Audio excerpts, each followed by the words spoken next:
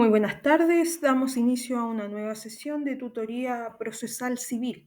Hoy continuaremos viendo derecho procesal orgánico y nos corresponde revisar todo lo que comprende al estatuto de los jueces. Em, en cuanto a los jueces y la instalación de los mismos, hay que indicar que los jueces pueden comenzar a ejercer sus funciones cuando concurren dos elementos, el nombramiento y el juramento. Esto se desprende de los artículos 299 y 305 del Código Orgánico de Tribunales, los cuales vamos a revisar de inmediato. El artículo 299 del código ya indicado nos señala lo siguiente. Hecho el nombramiento de un juez por el presidente de la República y expedido el correspondiente título a favor del nombrado, prestará éste el juramento prevenido en los artículos siguientes. Artículo 300. Los miembros de la Corte Suprema prestarán su juramento ante el presidente del mismo tribunal, los de las Cortes de Apelaciones ante el presidente del respectivo tribunal. Ante el mismo funcionario lo prestarán también los jueces de letras. Por su parte, el artículo 301 nos indica lo siguiente. Los jueces podrán prestar su juramento ante otras autoridades gubernativas o judiciales que las indicadas en el artículo anterior, siempre que el presidente de la República, por consideraciones de economía o de conveniencia para la prontitud de la administración de justicia, así lo ordenare. En tal caso, la autoridad que haya recibido el juramento dará lo más pronto posible el respectivo aviso a la que, según dicho artículo, habría correspondido intervenir en la diligencia, remitiéndole lo obrado para los fines del artículo 305. El artículo 302, por su parte, nos indica que cuando un juez que ha prestado juramento correspondiere fuere nombrado para un puesto análogo al que desempeña, no va a ser obligado a prestar un nuevo juramento. En cuanto al artículo 303, nos indica que tampoco van a ser obligados a prestar el juramento los fiscales judiciales que, con arreglo a lo establecido en el presente código, fueren llamados a integrar accidentalmente una Corte de Apelaciones o bien una Corte Suprema. O bien la Corte Suprema. Los abogados llamados a integrar una Corte de Apelaciones solo prestarán juramento la primera vez que entren a desempeñar este encargo, pero respecto de ellos, el juramento prestado en el tribunal no se tomará en cuenta en otro para el efecto de este artículo. Por su parte, el 304 nos hace referencia a que todo juez va a tener que prestar el juramento respectivo en el tenor que el articulado indica. Y por último, el 305 nos señala, prestado que sea el juramento, se hará constar la diligencia en el libro respectivo y de ella se dará testimonio al nombrado, el cual entrará inmediatamente en el ejercicio de sus funciones. Dicho lo anterior, de acuerdo al artículo 305, una vez prestado entonces testimonio al nombrado, éste entrará inmediatamente en el ejercicio de las funciones que le fueron encomendadas. Por su parte, en cuanto a la prohibición de los jueces, una vez revisada la instalación de los mismos, tenemos que esto está muy relacionado con las implicancias y las recusaciones que son causales de inhabilidad. Estas son, en primer lugar, la de ejercer la abogacía, que se encuentra indicada en el artículo 316 del Código Orgánico de Tribunales. También encontramos como segunda prohibición la de desempeñarse como árbitros y aceptar compromisos, de acuerdo al 317 del mismo código. También tenemos el de expresar opinión anticipada de los asuntos que van a conocer, artículo 320 del COD. Al igual que lo ya antedicho, tenemos la hipótesis donde se encuentran afectos a la prohibición de adquirir cosas o derechos litigiosos, de acuerdo al artículo 321 del mismo cuerpo legal. También encontramos la prohibición de adquirir pertenencias mineras, consagrada en el 322. Y por último, los funcionarios judiciales no podrán dirigir al Poder Ejecutivo, a funcionarios públicos o a corporaciones oficiales felicitaciones o censuras por sus actos, publicar sin autorización del presidente de la Corte Suprema escritos de defensa de su conducta oficial o bien atacar a otros jueces. Este precepto se encuentra instaurado en el artículo 323 del Código.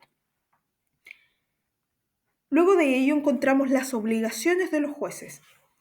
La primera de ellas es el deber de residencia. Este principio se encuentra en el artículo 311 del Código Orgánico de Tribunales, el cual nos indica lo siguiente. Los jueces están obligados a residir constantemente en la ciudad o población donde tenga asiento el tribunal en que deban prestar sus servicios. Sin embargo, las Cortes de Apelaciones podrán, en casos calificados, autorizar transitoriamente a los jueces de su territorio jurisdiccional para que residan en un lugar distinto al de asiento del tribunal.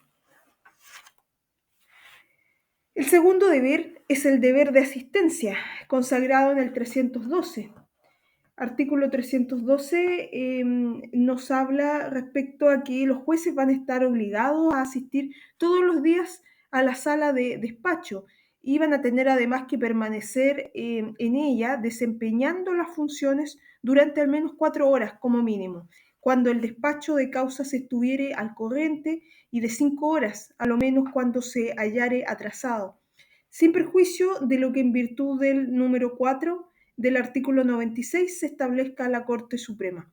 Lo anterior se va a entender sin perjuicio de que el juez, cuando las necesidades del servicio lo aconsejen, se constituya una vez a la semana, a lo menos, en poblados que estén fuera de los límites urbanos de la ciudad en que tenga su asiento el tribunal, en cuyo caso será reemplazado por el secretario en el despacho ordinario del juzgado, pudiendo designarse para tales efectos actuarios que como ministros de fe autoricen las diligencias de dichos funcionarios y en los casos en que el tribunal cuente con 2 jueces, cada uno va a reemplazar el otro en su despacho, en el caso señalado en el inciso precedente, actuando el jefe de la unidad administrativa que tenga a su cargo la administración de las causas en el respectivo juzgado,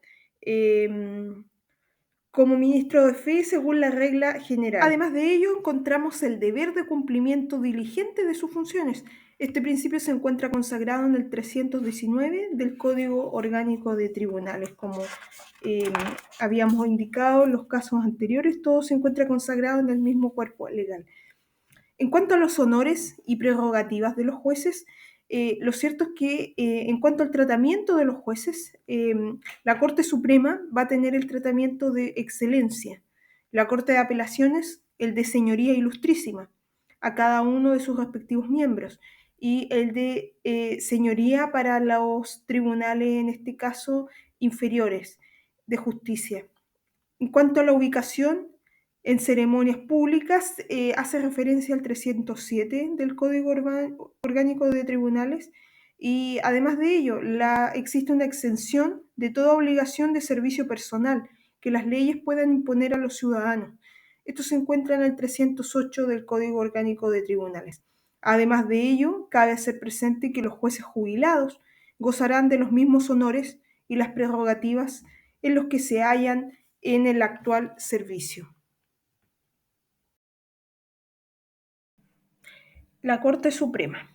La Corte Suprema es un tribunal de tipo ordinario, colegiado, letrado de derecho y permanente, que es el detentador de la superintendencia directiva, correccional y económica respecto de todos los tribunales de la República, con las excepciones señaladas en la Constitución, artículos 93 y 107 del Código.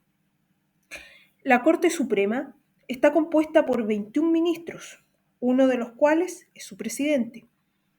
Tiene su sede en Santiago.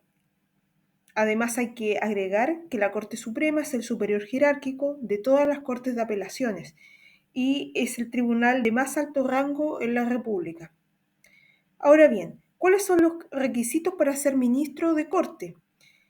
El primero, ser chileno, tener el título de abogado, cumplir con los requisitos del artículo 283 del Código Orgánico de Tribunales. Además de ello, se debe cumplir 15 años con el título de abogado, haberse destacado en la actividad profesional o universitaria. También hay que agregar que se debe cumplir con los requisitos para ser ministro de Corte de Apelaciones y no encontrarse afecto a una inhabilidad o incompatibilidad que se establecen respecto a los mismos. En cuanto a su nombramiento, son nombrados por el presidente de la República a partir de una nómina de 5 personas propuestas por la Corte Suprema con acuerdo del Senado. El ministro de la Corte Suprema, que proviene del Poder Judicial, deberán figurar exclusivamente en la nómina los integrantes de dicho poder, ocupando un lugar en ella el miembro más antiguo de las Cortes de Apelaciones y los otros 4 serán en atención a los méritos de cada candidato. Indicar que ministro de Corte Suprema que no provenga del Poder Judicial, también está la hipótesis. Esta nómina se forma exclusivamente con abogados que cumplan con los requisitos antes señalados, previo concurso público de antecedentes. Ahora bien, pasando de tema, en cuanto al funcionamiento de la Corte Suprema, lo cierto es que el funcionamiento puede ser ordinario o extraordinario. El funcionamiento ordinario se divide principalmente en salas especializadas y también en pleno. Esto se encuentra en el artículo 95 del Código Orgánico de Tribunales. Lo cierto es que las salas deberán funcionar con no menos de 5 jueces cada una. Y por su parte el Pleno, con la concurrencia de 11 de sus miembros a lo menos. Ahora bien, en cuanto al funcionamiento de tipo extraordinario, aquí se producirá cuando la Corte Suprema lo determine conforme a lo contemplado en el artículo 95 del Código Orgánico de Tribunales, artículo al cual le vamos a dar lectura.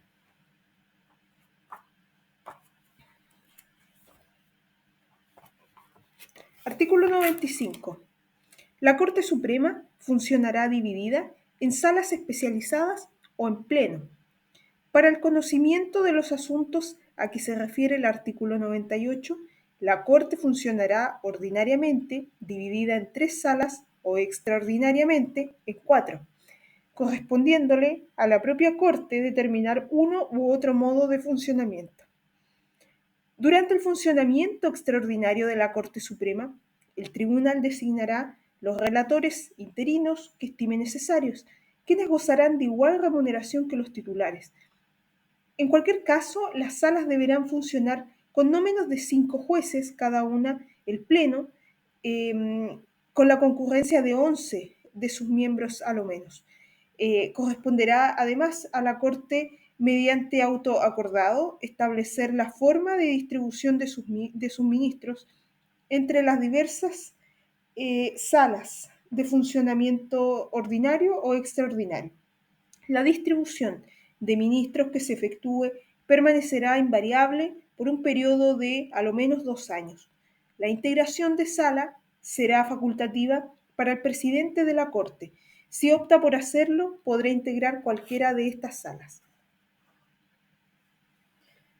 Así las cosas, como bien se leía en el artículo 95, se dividirá en este caso el funcionamiento extraordinario en 4 salas de tipo especializadas, las cuales no podrán funcionar con mayoría de abogados integrantes. O sea, la mayoría de la composición tiene que estar en base a ministros de Corte. En cuanto a la competencia de la Corte Suprema, lo cierto es que la regla general será que conozca en salas, excepcionalmente va a conocer en pleno, de acuerdo a los artículos 98 y 96 del Código Orgánico de Tribunales. Y respecto al funcionamiento de la Corte Suprema en salas, de acuerdo al funcionamiento ordinario, encontramos que va a ser competente para poder revisar los recursos de casación en la forma y en el fondo, los recursos de queja y de revisión en materia civil y penal, entre otros. Además de ello, va a poder revisar dentro de este funcionamiento ordinario en salas las apelaciones de recurso de protección y de amparo, el recurso de nulidad, del artículo 374 del Código Procesal Penal y, por último, de las demás asuntos de tipo civil, penal o asuntos de orden constitucional y contencioso administrativo que corresponda conocer a la Corte Suprema y que no estén entregados expresamente, en este caso, a él. Ahora bien, en cuanto al funcionamiento de tipo extraordinario en salas, lo cierto es que la Corte Suprema va a ser competente para poder conocer de forma extraordinaria las mismas materias del funcionamiento ordinario. También recursos que se dedujeren en materia de quiebras y demás asuntos que son relativos a ella. Además de ello, de forma extraordinaria va a poder conocer de recursos de casación, de revisión y de queja en materia civil en que sea parte el Estado en el ejercicio de sus funciones administrativas. Por último, se va a conformar una cuarta sala o sala laboral o previsional para poder revisar materias que tengan que ver con estas áreas. Eh, por último, en cuanto al funcionamiento en pleno, luego de haber visto ya el funcionamiento ordinario en salas, el funcionamiento extraordinario, encontramos el funcionamiento en pleno. Lo cierto es que la Corte Suprema va a ser competente para conocer y dirimir contiendas de competencia entre autoridades políticas o administrativas y tribunales de justicia. También va a ser competente para revisar las apelaciones en materia de desafueros de senadores y diputados en juicios de amovilidad conocidos en primera instancia por la Corte de Apelaciones o bien por el presidente de la Corte Suprema. También la excelentísima Corte Suprema va a ser competente para poder conocer respecto de la reclamación por pérdida de nacionalidad y también por el ejercicio de facultades económicas y administrativas. Por último, ¿cuál es la manera, cómo se tramitan y se fallan los asuntos? Lo cierto es que de igual manera que en las Cortes de Apelaciones, pudiendo ser los asuntos vistos en cuenta, o sea, de manera más privada o previa vista de la causa, con una serie de actuaciones en que ellos se enteran del asunto, o sea, mediante la tabla, el anuncio, la relación efectuada por el competente relator, los alegatos de las partes y luego viene el fallo. Avanzando más en la materia, encontramos las Cortes de Apelaciones. Lo cierto es que las Cortes de Apelaciones son tribunales ordinarios, son de tipo colegiados, son letrados, de derecho y permanentes. Y estos ejercen sus funciones dentro de un territorio que es normalmente una región o parte de una región, de acuerdo a los artículos 54 y 92 del Código Orgánico de Tribunales. A nivel nacional, cabe precisar que existen 17 cortes de apelaciones. Estos están compuestos por un número variable de ministros y además de ello, por cada uno de ellas va a existir un presidente. Ahora bien, respecto a la conformación de las mismas cortes, ¿cuáles son los requisitos para ser ministro o para ser fiscal de una corte de apelaciones?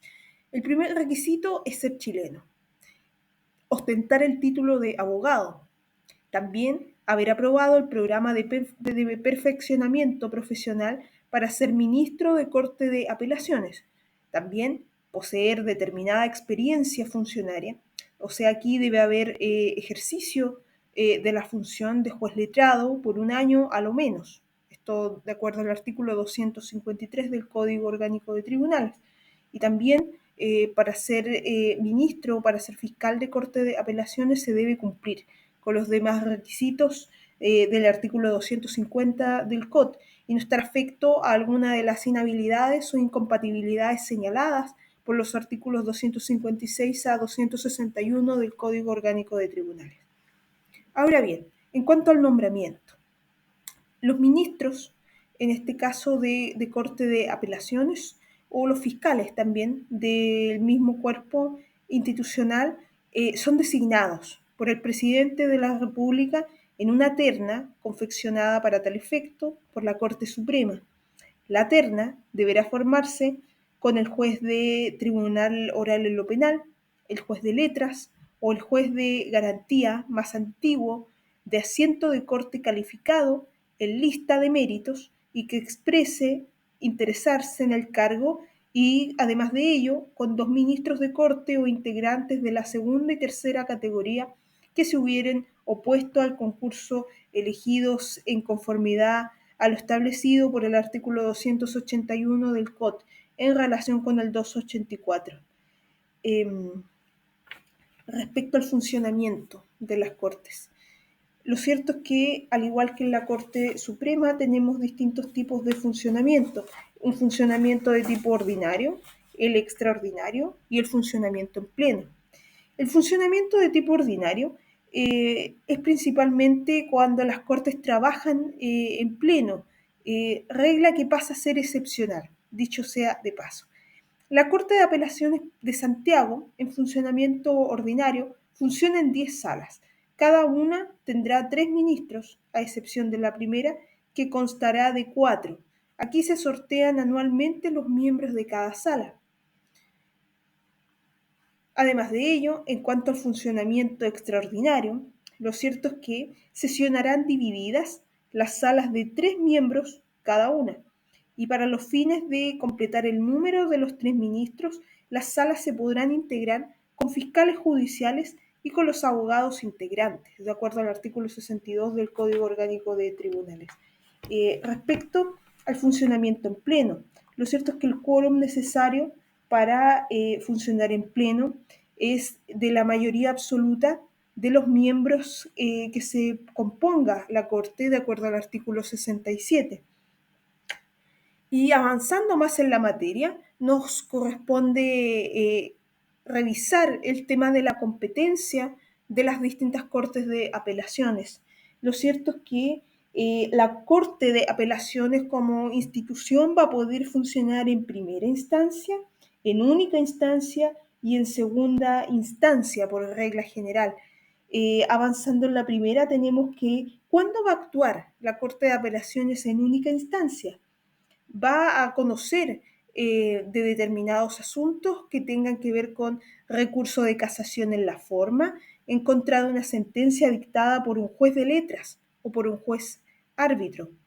También va a conocer del recurso de nulidad en única instancia, del recurso de queja en contra de los jueces de letras, policía local, de árbitros, etcétera. También va a revisar el tema de la extradición activa y, por último, va a tener competencia en única instancia para revisar las solicitudes que se formulen para declarar si concurren las circunstancias que habilitan a la autoridad requerida para negarse a proporcionar una determinada información, siempre que no fuere que la publicidad pudiera afectar la seguridad nacional. En cuanto a la competencia de la Corte en primera instancia, lo cierto es que la Corte de Apelaciones va a poder tener competencia en primera instancia respecto de los recursos de amparo y de protección. También en cuanto a los juicios de amovilidad como contra los jueces de letras.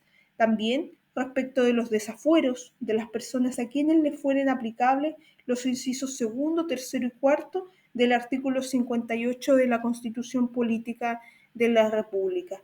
También va a conocer en primera instancia de las querellas de capítulos. Y en segunda instancia, la Corte de Apelaciones, y esta es su competencia por regla general, va a conocer de la apelación y de la consulta de los asuntos civiles, de los asuntos penales, de actos no contenciosos y de sentencias laborales, conocidos en primera instancia por los respectivos jueces de letras, jueces laborales, por los jueces árbitros y jueces de garantía. En ciertos casos, las apelaciones respecto de sentencias de jueces de policía local.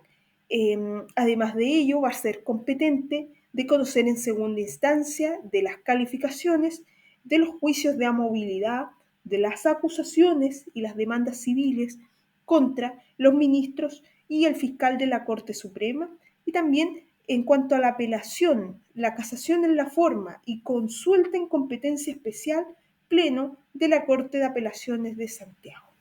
Luego de ello, en cuanto a los trámites y los fallos de los asuntos de las Cortes de Apelaciones, lo cierto es que si el asunto requiere de tramitación antes de ser resuelto, dicha tramitación corresponderá a la sala tramitadora, que es la primera sala cuando la Corte se componga de más de una sala. Esto de acuerdo al artículo 70 del COD. También hay que agregar que dicha sala va a conocer de los asuntos que requieran de una tramitación previa a su resolución por la cuenta diaria que debe dar el secretario respecto de las solicitudes que fueren presentadas por las partes. También, si el asunto no requiere una tramitación antes de ser resuelto o si la tramitación respectiva ya está cumplida, la Corte debe entrar a resolverlo en sala o en pleno, según corresponda, en cuenta o previa vista de la causa. En cuanto a los acuerdos de las Cortes de Apelaciones, existen normas necesarias para lograr la decisión de un asunto debido al carácter colegiado de dichas cortes. Aquí tenemos que revisar los artículos 72 a 89 del COD. Lo cierto es que los acuerdos van a ser secretos y se adoptan por mayoría absoluta de votos conforme, salvo ciertos casos. Primeramente se va a resolver las cuestiones de hecho, luego las cuestiones de derecho. Una vez que hay acuerdo, debe precederse a la designación de un ministro redactor de la sentencia en los asuntos y sentencias definitivas e interlocutorias de los tribunales colegiados. Se expresará nominalmente qué miembros han concurrido con su voto a formar sentencia y qué miembros han sostenido una opinión contraria, la que quedará registrada electrónicamente. Esta opinión contraria es conocida como la opinión disidente. La sentencia, su disidencia y las prevenciones estarán disponibles en la página de internet del Poder Judicial.